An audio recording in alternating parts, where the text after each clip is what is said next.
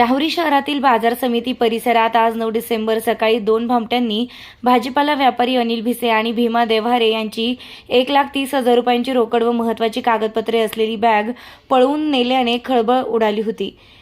मिळालेल्या माहितीनुसार तमनर आखाडा येथील अनिल भिसे हे राहुरी APMC मध्ये भाजीपाला आडत करतात। सकाळी 10:30 वाजता ते आणि त्यांचे सहकारी भीमा देव्हारे बाजार समितीजवळील येवले वडापाव येथे गेले होते।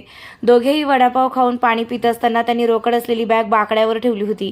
याच दरम्यान पाळत ठेवून बसलेला एक भामटा पुढे आला आणि क्षणात बॅग उचलून पळाला। बाहेरच त्याचा साथीदार मोटरसायकलसह तयार बसलेला होता। दोघेही नगरच्या दिशेने सुसाट वेगाने पसार झाले। व्यापाऱ्यांनी आरडाओरडा केला तरी भामट्यांचा वेग इतका जबरदस्त होता की नजरेआड झाले।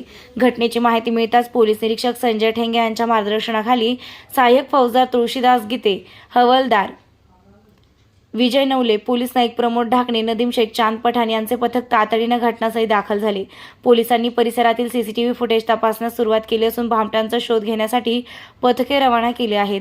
या धाडसी दिवसाढवळ्या चोरीमुळे राहुरीत व्यापारी वर्गात भीतीचे सावट पसरले असून सुरक्षिततेबाबत गंभीर प्रश्नचिन्ह उभं राहिलं आहे। SRB न्यूजसाठी राजेंद्र उंडे, राहुरी। ताज्या बातम्यांसाठी आणि नवनवीन अपडेट्ससाठी SRB न्यूजला सबस्क्राइब करा आणि बेल आयकॉनला प्रेस करा।